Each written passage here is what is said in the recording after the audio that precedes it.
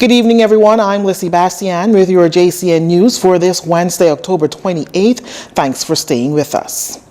67 additional new cases of COVID-19 reported for Tuesday, October 27th, bringing the total in country to 6,549. 62 of those new cases here in the capital, one each on Eleuthera, Exuma, and Andros. 2 were listed with locations pending. 35 of those new cases are male and 32 are female. There's currently 2,207 active cases of the virus, 94 of which are hospitalized. 79 of those hospitalized cases are considered moderately ill, and 15 are in the intensive care unit. The death toll stands at 136, with 17 deaths under investigation. 94 recoveries were reported yesterday, bringing the total in that category to 4,182. To date, 34,948 tests have been completed. 444 tests were taken yesterday. 343 came back negative. As the COVID-19 pandemic continues to wreak havoc not only on just one's physical body, but also one's mental health, clinical psychologist at Sandilands Rehabilitation Center, Dr. Wendy Fernander, says the COVID-19 pandemic will have a mental impact on the lives of Bahamians long after the pandemic has passed. Before every day almost, but even long after the public health concerns are over, the mental health impact will be with us for a very, very long time. And this is what research is showing, and this is what experts are saying all over the world. Over the years, mental health has been a taboo topic in the country.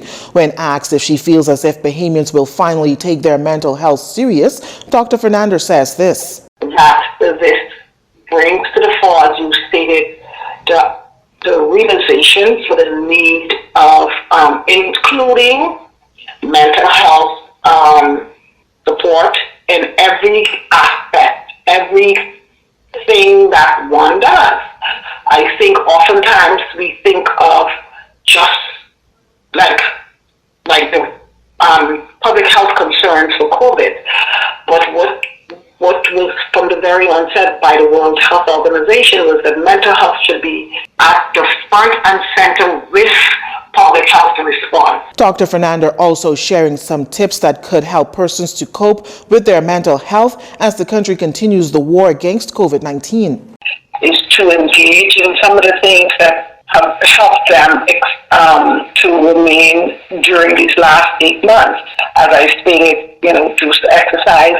We can't go out and exercise on Saturdays and Sundays, but what we can do is we can exercise in our homes or in our yards, as the government has recommended. Again, what we can do is, I know people may say, I'm kind of tired of talking and reaching out to people, but if you're in your family, with your children, you play games, you talk to loved ones, you meditate, spend a lot of time meditating. Dr. Fernander contends that Bahamians use this time to reflect while encouraging persons to go after the goals that they always had. The Ministry of Finance defending the recent announcement of the collection and remit of value-added taxes by social media giant Facebook. In a statement released by Deputy Prime Minister and Minister of Finance Peter Turnquest, he says that it's in keeping with efforts to uniformly implement the VAT Act so that international giants now share the same tax obligations as local advertising companies. Minister Turnquest says that for more than a year, the government has been in the process of standardizing revenue collection from foreign entities providing services in the Bahamas. In the Bahamas, tax laws require all services consumed in the country be subject to VAT provided the vendor meets the minimum $100,000 per annum threshold for sales inside the country. And that includes advertising services, no matter where the company may be physically located. He contends that a foreign state should not earn tax revenue on activities taking place in the Bahamas. Facebook joins other digital providers like Airbnb that are required by law to collect VAT and remit to the government. The finance minister says this move now puts Facebook and other online operators on even footing, with Bahamian companies offering marketing services in the Bahamas, leveling the playing field while doing all they can to standardize revenue collection. Well, Bahamas Power and Light BPL clarifying that there's over 3,000 customers without power because of disconnections. The company issued a statement last evening after Works Minister Desmond Bannister told the media that BPL could have disconnected nearly 9,000 consumers between July 1st and October 15th. The statement explains that BPL did confirm that the number of disconnections was at 8,741. However, those figures are perhaps misleading given that the same account might be disconnected and reconnected multiple times. For this reason, the power giant says that up to October 23rd, the number of customers who remain without power due to disconnections stand at 3,011. This represents 2,542 residential customers and 469 customers listed as other.